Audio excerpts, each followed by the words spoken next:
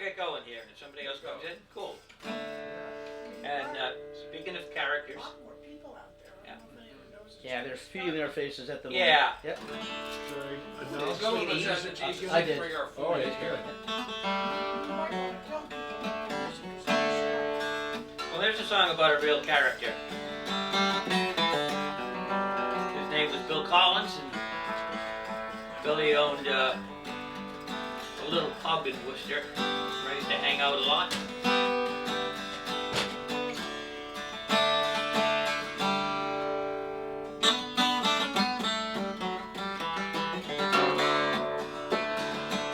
You must be a stranger here, for I don't know your face. Come on in and have a seat, you're in a friendly place. That's Billy's picture on the wall, he owned this place of cheer. And though he's gone to his reward, his memory lingers here.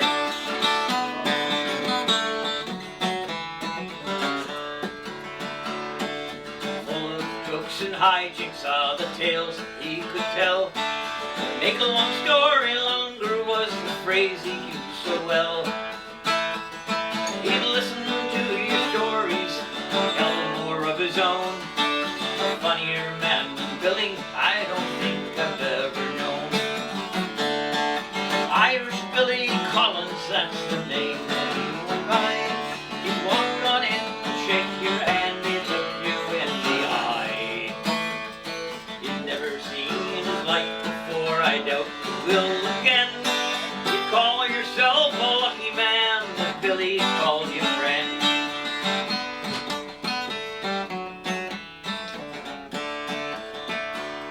A friend of all the working Joes who came here for a drink.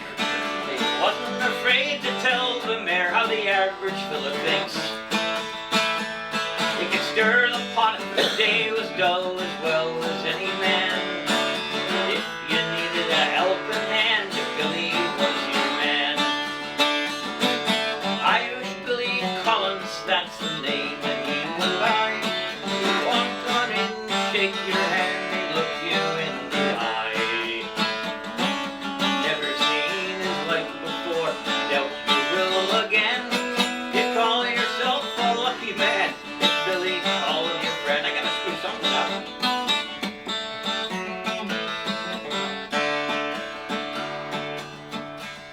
Billy passed away shortly before I wrote this song, cancer. So I sang this at the night we closed the bar. And this last verse got a very big hand. So if you're down in Worcester town, come down to Millbury Street. Walk on into Stony O's and have yourself a seat. Find yourself a pint of brew and raise it in the air. Cause if there's a pub in heaven, Billy's hoisting his up there. Irish Billy Collins, that's the name that he went by. He'd walk on in and shake your hand, he'd look you in the eye. You've never seen his like before, I doubt will again. You'd call yourself a lucky man if Billy called you friend. Irish Billy Collins, that's the name that he went by. He'd walk on in, shake your hand, he'd look you in the eye. Never seen his like before, I doubt you will again. You call yourself a lucky man, Billy called you friend.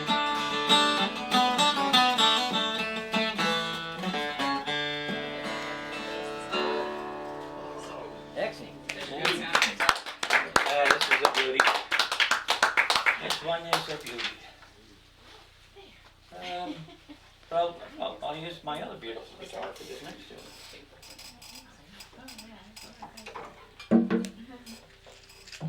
Besides enjoying showing off my guitars, I have that one tuned in Dadgad and this one in regular tuning, so I don't have to spend half my night boring you by tuning all these instruments. I am very much a Worcester native, and that last song was about a little pub that used to be on Millbury Street. Millbury Street runs into Kelly Square, which For those of us who grew up there, that was the center of the universe. Kelly Square had 7 streets that entered it. None of them met in any logical fashion. There were no stoplights and 1 stop sign. So if your kid was learning to drive, you brought them to Kelly Square, and if they survived, good. But this is another Worcester landmark. I was participating in some open mics not too far from my house in North Oxford, a little place called the North End Pub. Oh, yes. Brett Brumby is a local musician, a lot of people know. And if you were a songwriter, once a month he'd give you a prompt, see if you could write a song around it, and they were just 1 word. So you had a lot of room to play with, which is cool. So 1 month the word was neon, which baffled one kid, and he came up with a great workaround. He wrote, he couldn't figure out how to work neon into a song, except he changed it to putting his knee on the ground and asking his girlfriend to marry him. We gave him bonus points for that, you know? That's right. But I immediately thought of a place in Worcester that it's the place you go when you want a hot dog. Kids have forever carved their names in the wooden booths. There are just thousands. They're of still names there and from the initials. back Yes. in the day. Yep. I've been there. And if you carve your name in there, no one's going to stop you or bother you. It's called Coney Island Hot Dog. Yeah. And it has one of the biggest neon signs you've ever seen.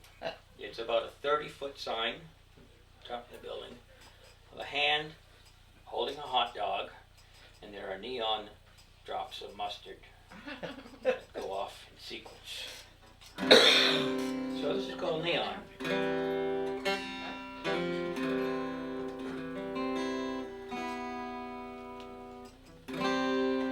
Not too bad. Sometimes I call this neon drops. On hot summer nights in this hard-working middle-class town,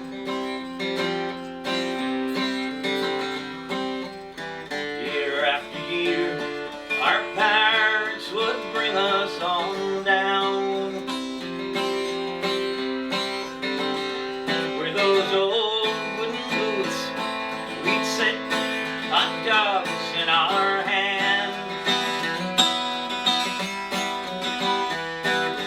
Chow down a dozen or more with Mom and the old man. Those old wooden boots were all carved with the names of the kids. Leaning on many a night, just the same as we did. So with my daddy's penknife, my brother, my sister, and me, we added our names to the list in that old eatery. You can see it for miles out on a hot summer night. A big neon sign with a hot dog, shiny and bright, where big yellow drops of mustard flash to the ground. If you want a hot dog, it's the only place to go, this old town. Like a moth to a flame, we were drawn to that big neon dog.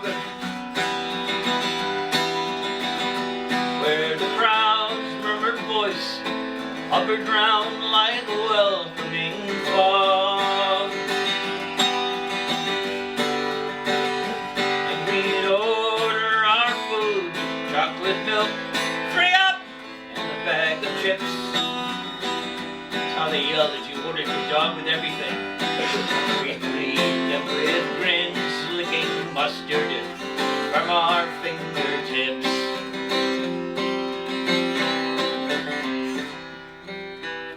Betty and I, we have 2 kids of our own. Like my parents before, that big neon dog we have gone. And the names of my daughter now sit on the wall there beside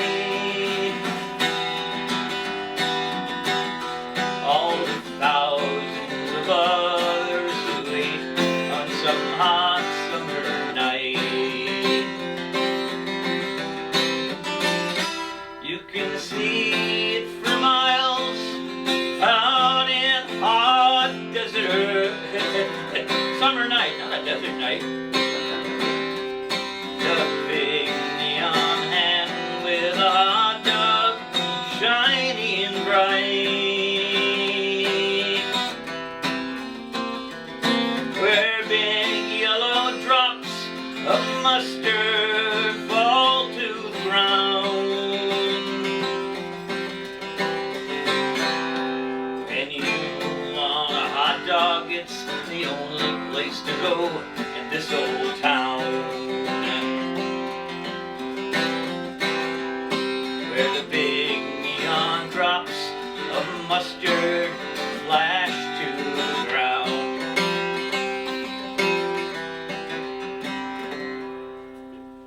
Whoa. Thank you. I do have a few of my first CD over there if anybody's interested. The self-promotion part of the program. Excellent. $10. And $10. only $10. Well, you know, I got it came out in You can pay more. 2005, so you know. But I also have a new release in the works, and hopefully it will be out around April. So.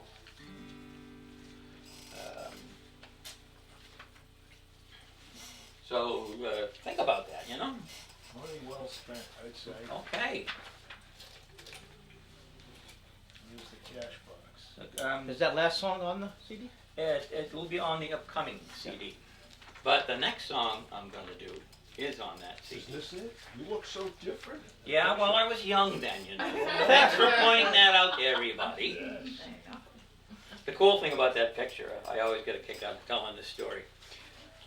That's a black and white photo. On the front, that's black and white, but my daughter colorized it.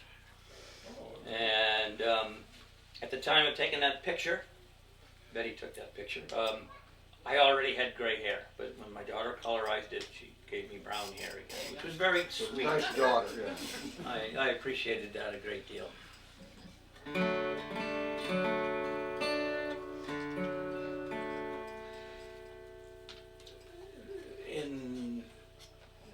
In Oakham, not too far from here really, I guess, there used to be a little dive bar. It was one of the first places I played it with the band that's actually on the back of that CD. The band was called The Grain of Salt, and the place was called the Oxbow. Long gone, but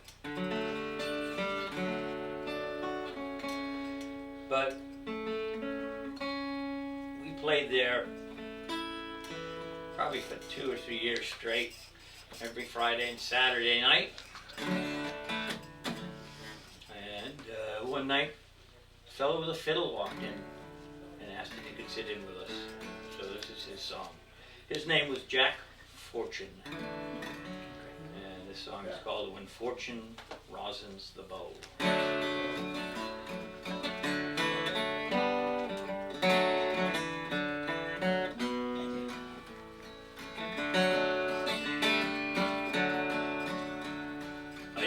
play music in a small bluegrass band in an old bar on Saturday nights. Music was loud, smoke filled the air, and the tunes and the band were half tight.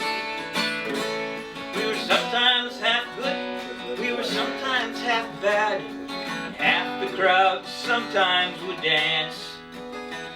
And with each tune we played, we were hoping someday that the band would soon get its big chance.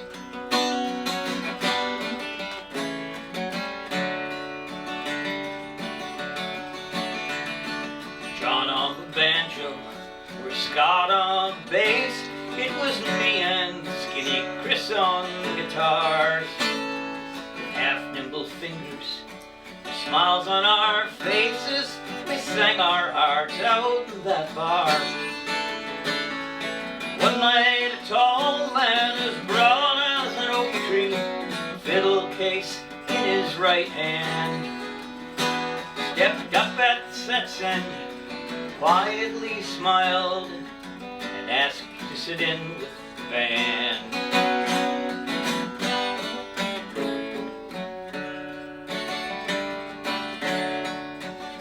So we trotted out a rocky top, Fox on the run, Sally Gooden, and Cripple Creek too.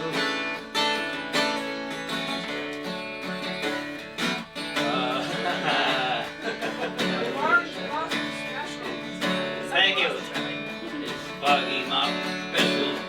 Knocked us all out. He made the old Devil's Dream sound brand new. And Squeaky was back, and soon Fiddle and Jack. He made the band better by far. Banjo was blazing, fiddle on fire, and we tried to keep up on guitars.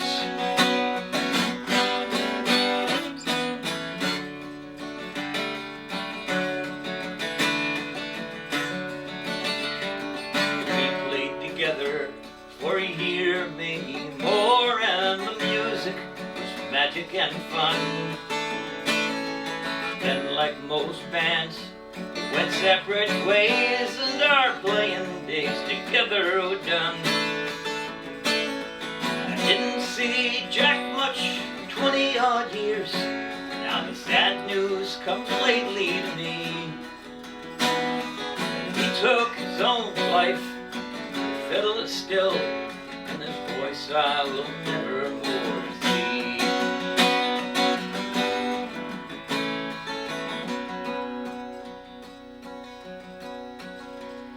And lately I'm thinking about music and life, and it seems to be so strange and sad. A man could play music as happy as he, and still end his life by the same hand that drew on the longbow, danced on the fiddle that everybody loved so. Who can tell of the sorrows that lie on a heart when fortune rosens the bow?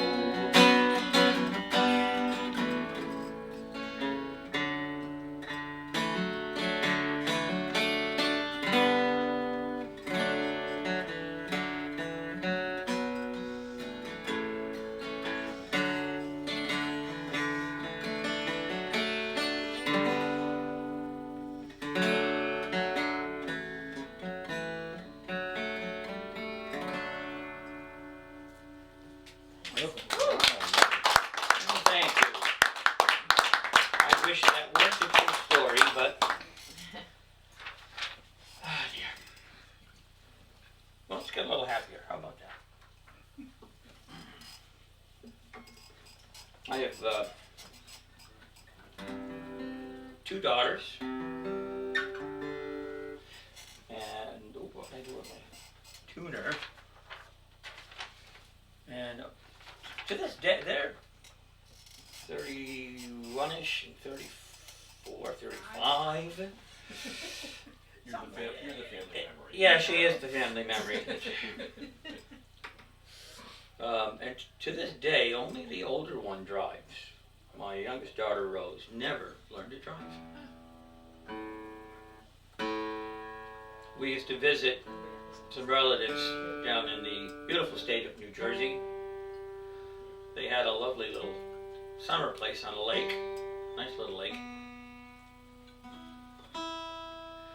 And we'd drive down in these old clunkers that were all we could afford back then. And had several incidents where we'd break down on the way or way back. And we'd probably have our two kids as well as two of their friends and two dogs. And, my father-in-law had down at that lake house a Ford Taurus. It's the name of this tune, Ford Taurus. And he also had this big old van with a high roof on it. We ended up eventually with both of those cars. But when he passed away, he left that car to my brother-in-law, who, when he decided to get rid of it, we convinced him to sell it to us. So I thought when I wrote this that I was writing a song about my daughter in her first car. But then this song took its own path to make it about Walter, my father-in-law, and that whole circle. So this is called Ford Taurus. I'm waiting for my royalties or being sued. Either way, it'll get the money out there. Don't worry.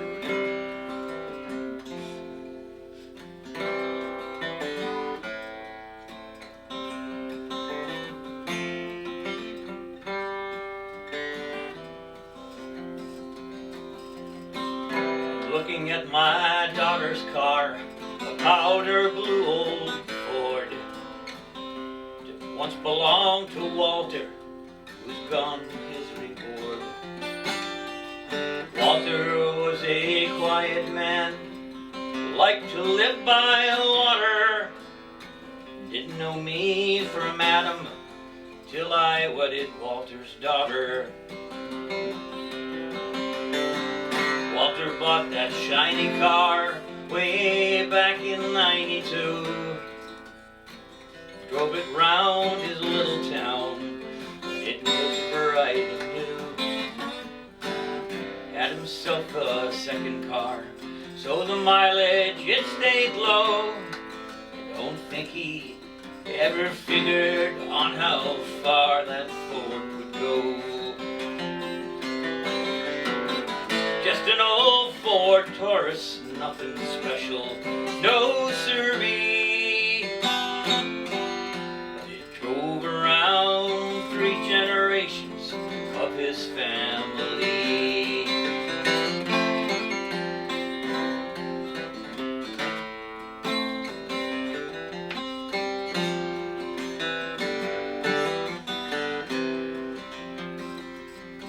When Walter died, my brother-in-law was the next behind the wheel. Pumped the tires and checked the oil, polished chrome and steel. When it came time for a new car, I told him that he oughta sell it to me, so I in turn could give it to my daughter. Ford Taurus, nothing special, no siree. But it drove around 3 generations of his family.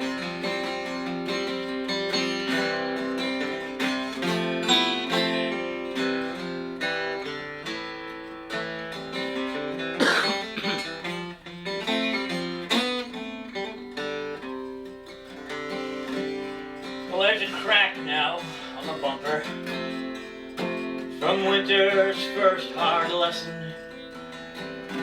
Rust there on the wheel well, but nothing more than you'd be expecting. And if Walter, he could see that car, I think that he'd be proud. See how far that little Ford is ferried round this crowd. It's just an old Ford Taurus, nothing special, no siree.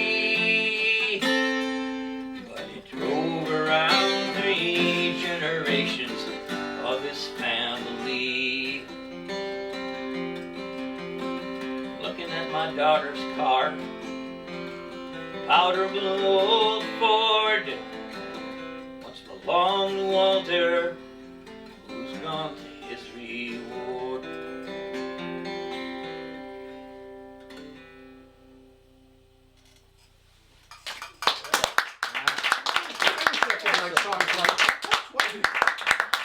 Thank you. So kind of you. It's true. I'll be right back. You want anything else? I'll have a cheeseburger with bacon and And a hot dog, we'll get you that too. Buster, grip it down. Yeah. You want the bacon flowers. Hey, The room. I will use If this other there's any canoe paddle left. here shortly, but I'm sticking with my list. I don't stick with a lot of things, so.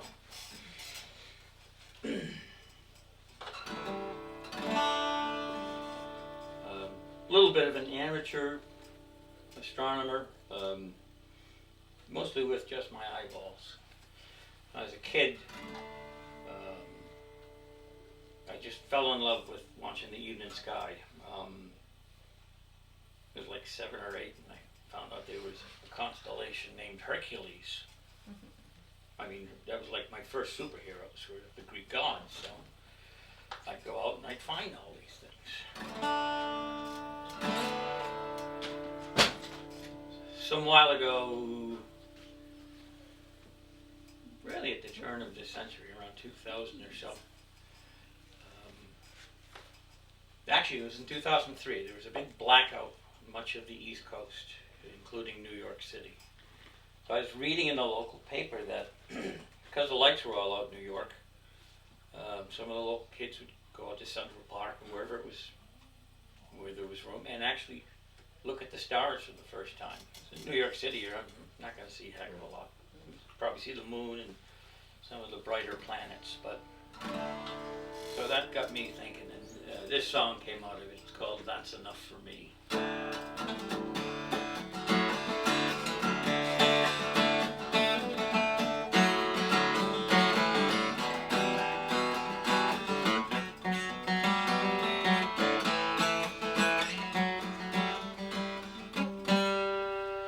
My father was a farmer, died when I was young. Years later, Mom remarried and to New York town we come. I remember starry nights, I was just a boy. The sky above the little farm was my delight and joy. Here in this big city, buildings reach the sky. People hurry through their days and traffic rumbles by. Later in the evening, city lights shine bright. There is no starlight that can pierce the city's neon light.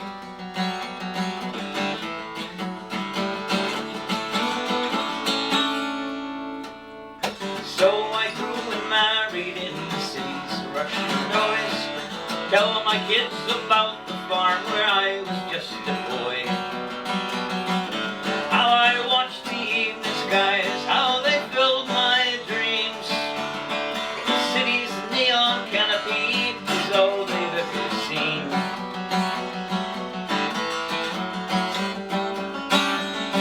And in the sultry blackout of the year 2003, emerging from the subway, it was dark as dark could be. When I raised my weary head, I saw the starry skies. Memories came rushing back, and I began to cry. And so I called my cousin, who lives away upstate. I took the kids to visit him on a lazy summer day. Took the kids to visit him, have a look around, see the skies above their heads, above the sleeping town.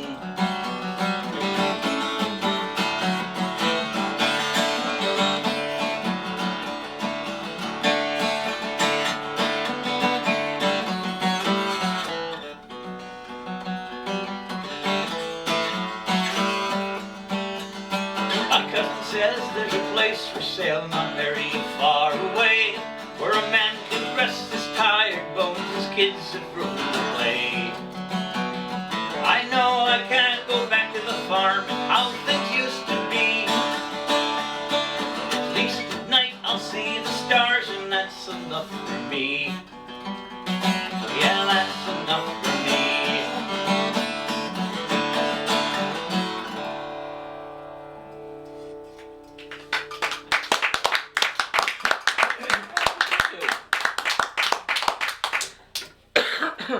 Excuse me. This is an octave mandolin, for those of you who wonder what this canoe paddle is. It has this lovely new pickguard on it, because until recently, when I had it put on, it was looking like Willie Nelson's octave mandolin. I wore a hole about that big through it. It might be obvious to you sitting in the same room that I kind of play with a heavy hand. And I'm trying to get out of that habit in some respects. You lose a little control, but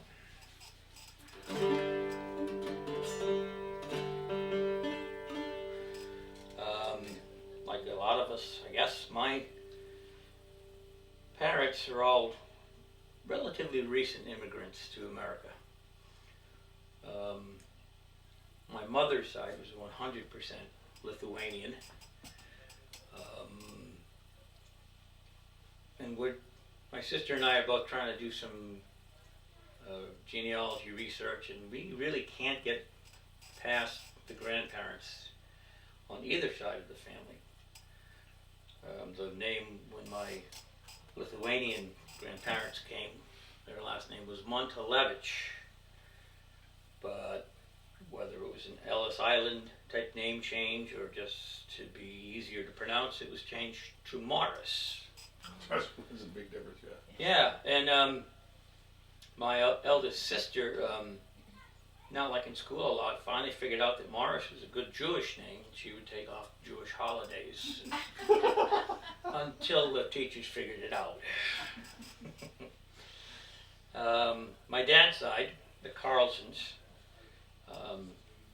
were actually the more mixed bag of Europeans, because even though the name is a good Swedish name, there's a lot of supposition that they really came from Finland, a little corner way up north on the Finnish-Swedish border.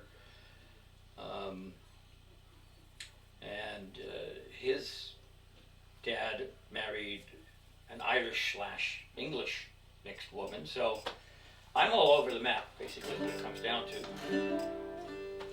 But there are stories that both my father and my grandfather worked at the U.S. Steel plant that used to be in Worcester.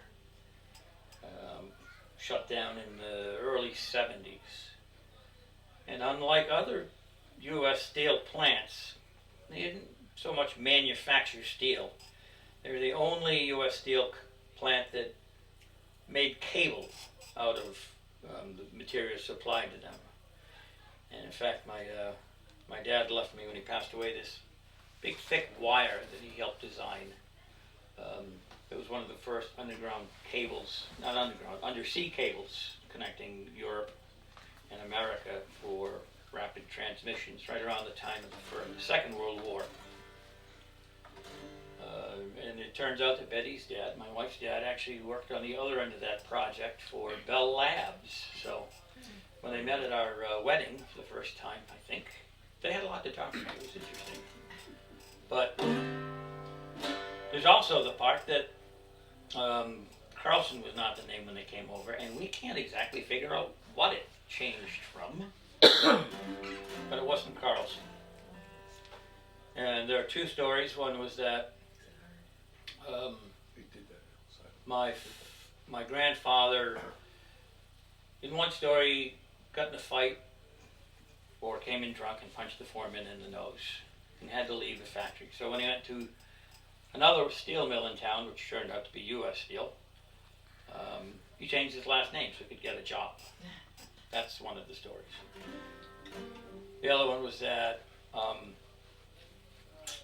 he got in an argument with the foreman there, and when the foreman asked him where he grew up, he said, "Oh, in this certain village." And the foreman said, "Oh, you're not a Swede, you're a Finn," which is like being Irish Catholic and Irish Protestant.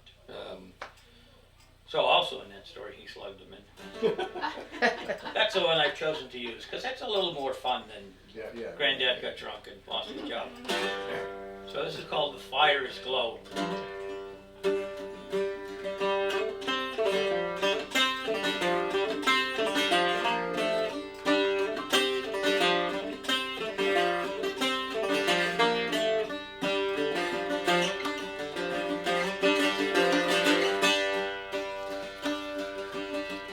I came to this land when I was 17. Oh, the winds blow. Young Swedish lad, and not a little green, stand by the fire's glow. To the north works plant of U.S. Steel I went. Oh, the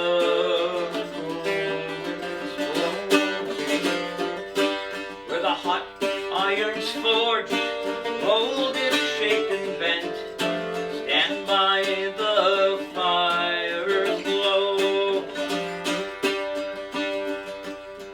Married a fine girl with whom I was in love.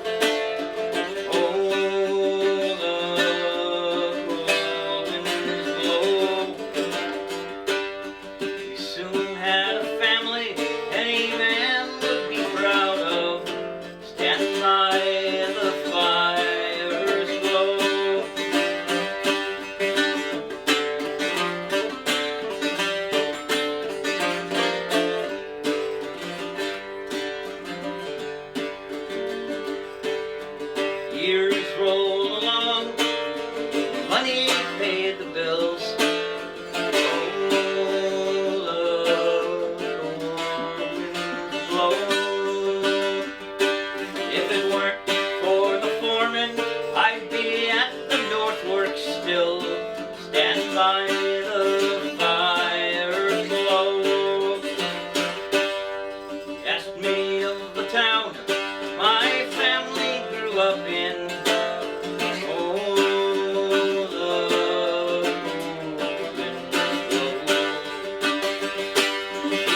You're not a Swede, you're just a goddamn Finn.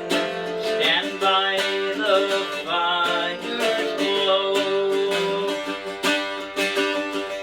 Angry words we exchanged, heated was my reply. Oh, the cold winds blow.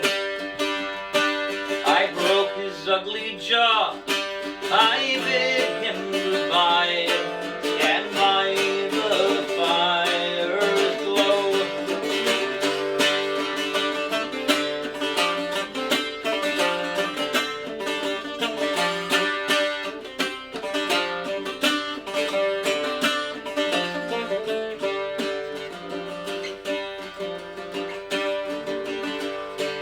I curse my foolish pride, my job was surely gone.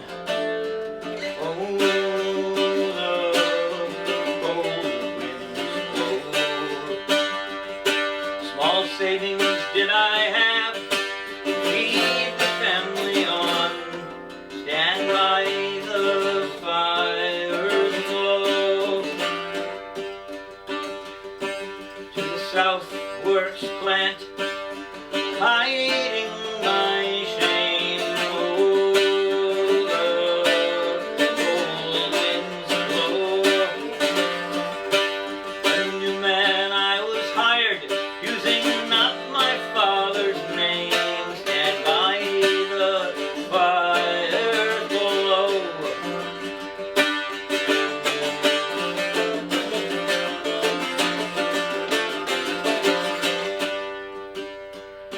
So it's not my father's name I've given to you. Oh, the winds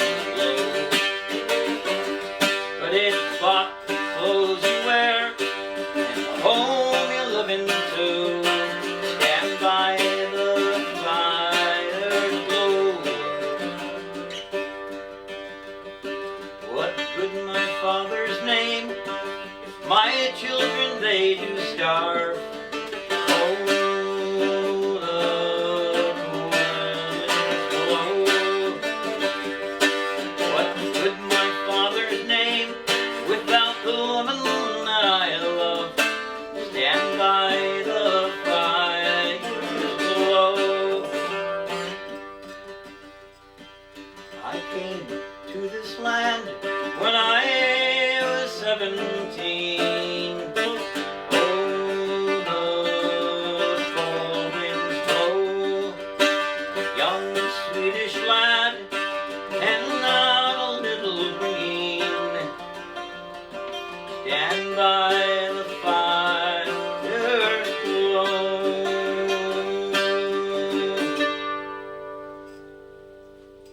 That's unfair. And you guys have a copy of it on that CD. Nice.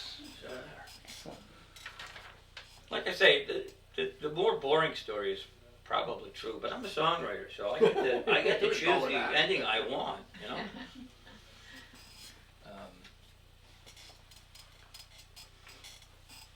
If we're running over, somebody can yell at me about it, I think over is relative. and yeah, it might stop me, it might not. Here's, I tend to write all true stories. I may exaggerate them a little bit.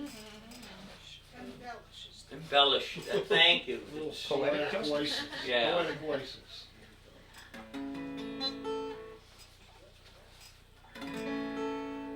Pay good money for a capo and it does that to you.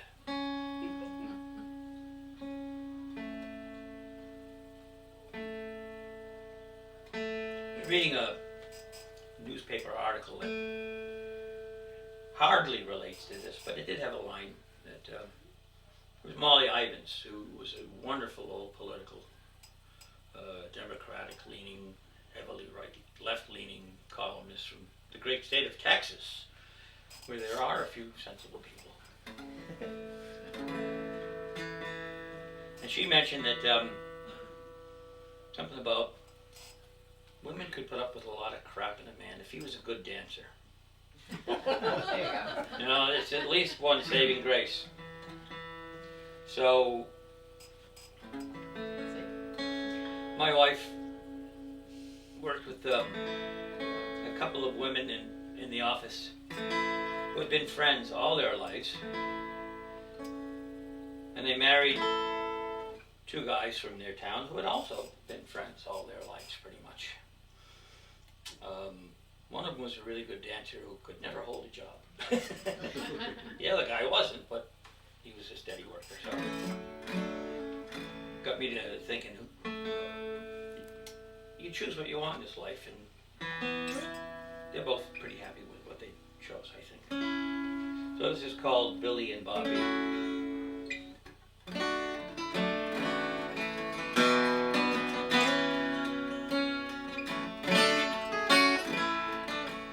Gotta tune this thing on.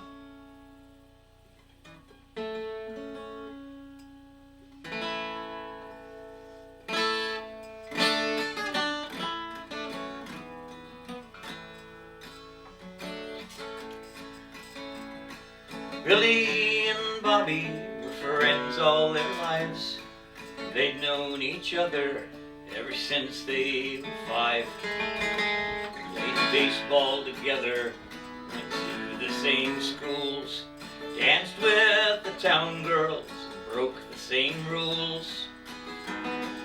Joanne and Janet were crazy about Bill. He was such a good dancer, he'd give you the chills. When he and Joanne took a stroll down the aisle, Jan beamed as the bridesmaid, best man Bob smiled. It's a wild, woolly world that we live in each day. It'll buck you and bruise you every step of the way. This rough tumble ride keeps rolling along. When you think that you figured it out, you're all wrong.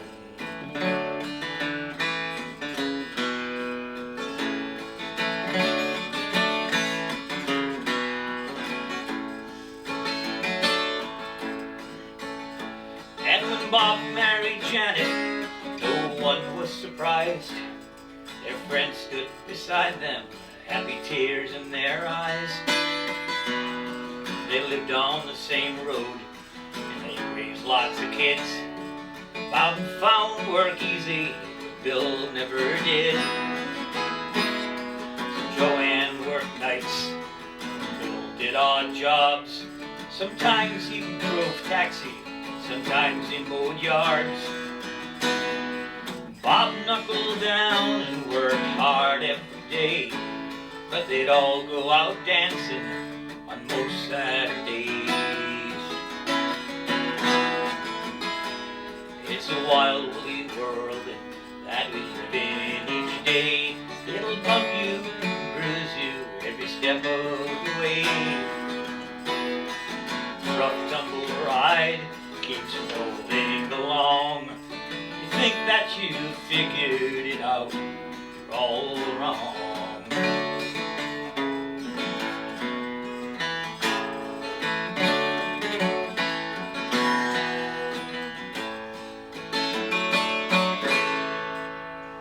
And 20 years later, Bill can still dance.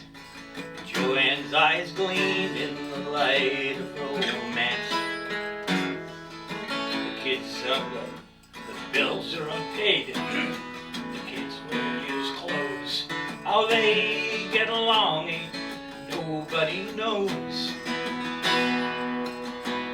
And Bobby and Janet, whose love started slow, the mortgage is paid off, kids on their own. Contented and happy, she still gets quite green, watching her old friends dancing like that Pulp Fiction scene. It's a wild, woolly world that we live in each day. It'll bump you and bruise you every step of the way. This rough tumble ride keeps rolling along. When you think that you figured it out, you're all wrong. When you think that you figured it out, you're all wrong.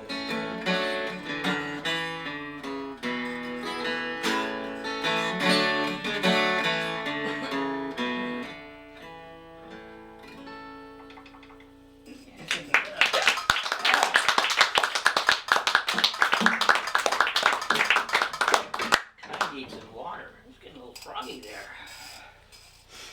So just to let everybody know, the jam portion will start when Ron's all done. So we're starting the fire pit outside because it's nice enough to be out Yeah. there. So then we're gonna hang outside and play and burn a chair in effigy. So you know. I saw that chair. Yeah.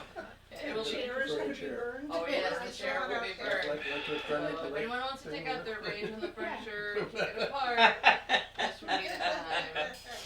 If you told me I have several chairs I could have brought. We've got a barn full of chairs that we were going to refinish one day. Yeah. Right, there's also a bunch of old Always bring them over here. Right. I didn't realize Okay. this was a specific hostess gift. It's a date. It's a date from now on. Well, I got a couple more if you have the patience and tolerance. We're so happy you're here, Ron. Well, you're all very kind. A great audience. You knew that when you came in, but I just wanted to validate that.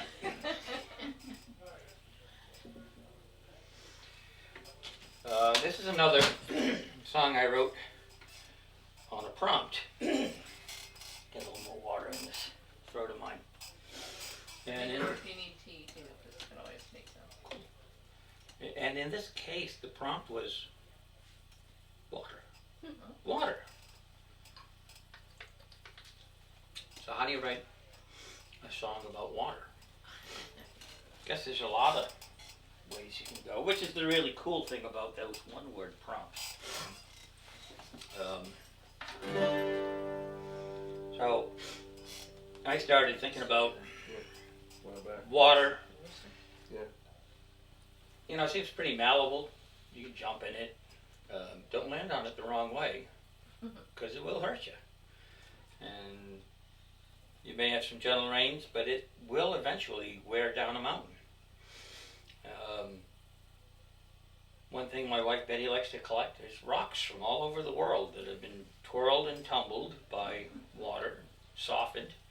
Sometimes she likes them with rough edges too. So I thought about all those things, and of course, it's a love song for my wife.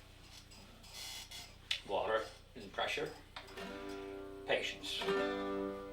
This is called Rough Edges.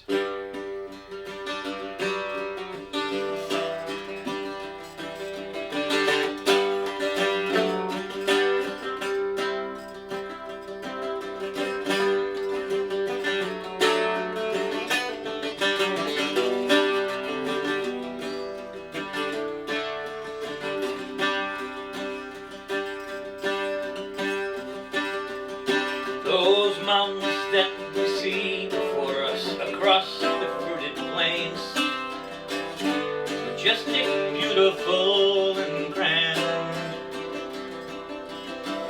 Water rolls them over, rains will fall upon them, get right, year after long year. Finally reducing them to sand.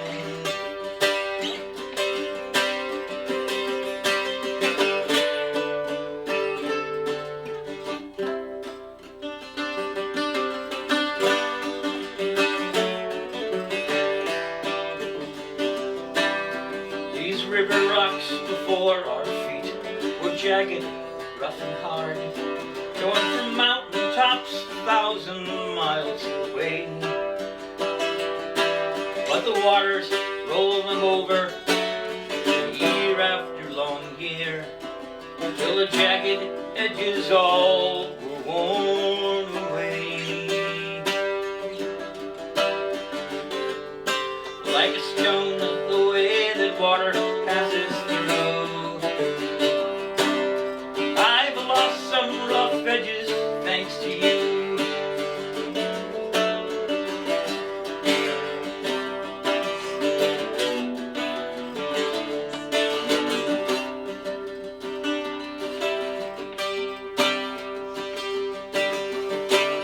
Seen me at my worst sometimes, you've seen me at my best. This life isn't easy, hell no, this life is a test. I'm sorry for the hard times I have put you through, but the world would be a rougher place had I not met you. Like a stone, the way that water passes through, I've lost some rough edges thanks to you. I've lost some rough edges thanks to you.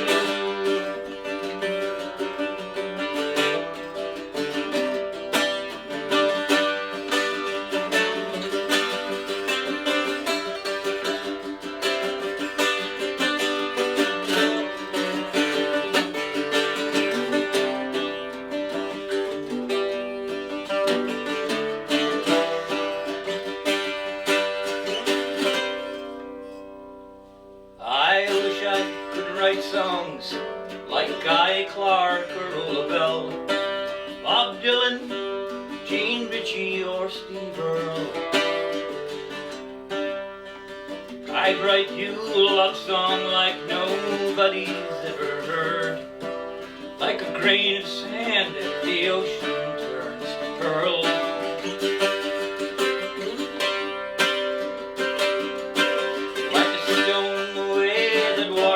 Passes through, I've lost some rough edges thanks to you. I've lost some rough edges thanks to you. I've lost some rough edges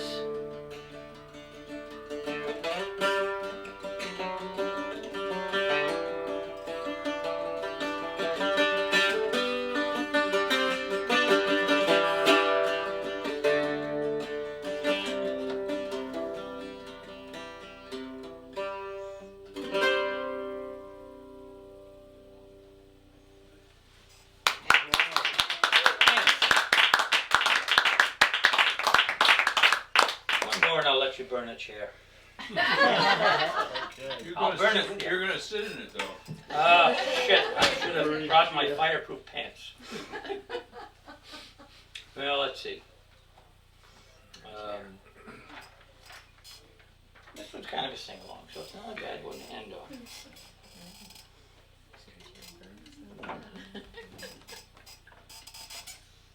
I hope nobody's offended when I say that I'm a as we are sometimes called these days, non-religious person. And I hope you don't mind that I grabbed the wrong guitar. But, Right capo. yeah, Great capo.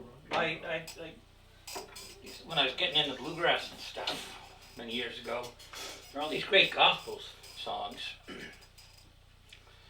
And not being a believer, it's fun to sing them, but it's like... So I thought that atheists and agnostics, they should have a song.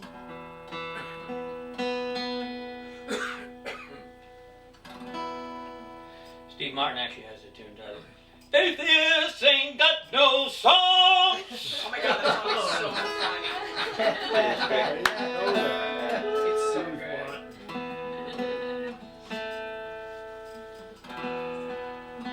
And when I wrote this song, I was like maybe 20 or so.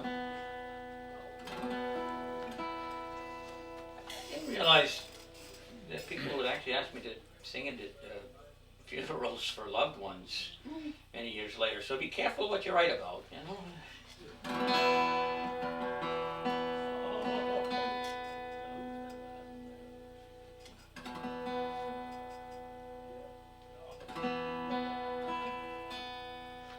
And be careful about playing a dead guy. Don't say that. You're not the only one who's gonna do that.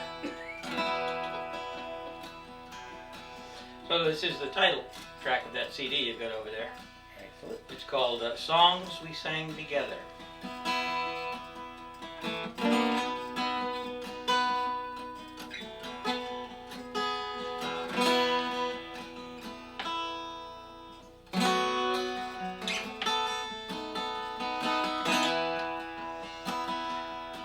When I'm dead, when I'm dying,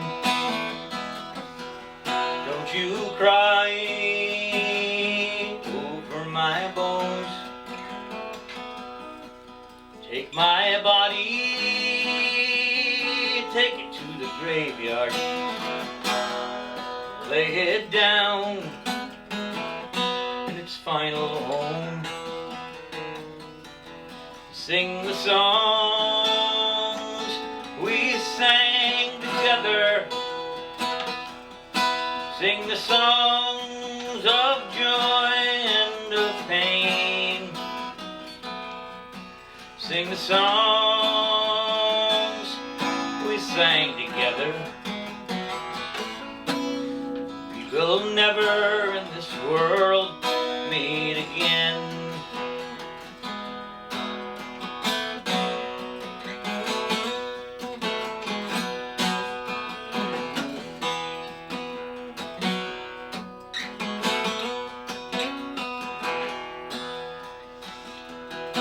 My guitar, pick any one of them, give it to my brother. My mandolin, to my old friend. Take my dulcimer, bring it to my lover. Sing those good old songs again. Sing the songs we sang together. Sing the songs of joy and of pain. Sing the songs we sang together.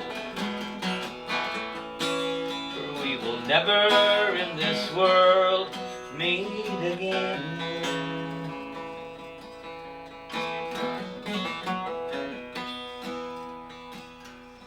When I'm gone, don't you be sorry.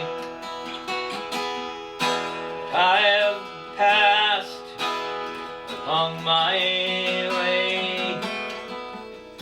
Where I'm going to, he can't be certain, but I will live in every song you play. To sing the songs we sang together, sing the songs of joy and of pain, sing the songs we sang together. We will never in this world meet again. Sing the songs we sang together, sing the songs of joy and of pain, sing the songs we sang together. We will never in this world meet again, meet again.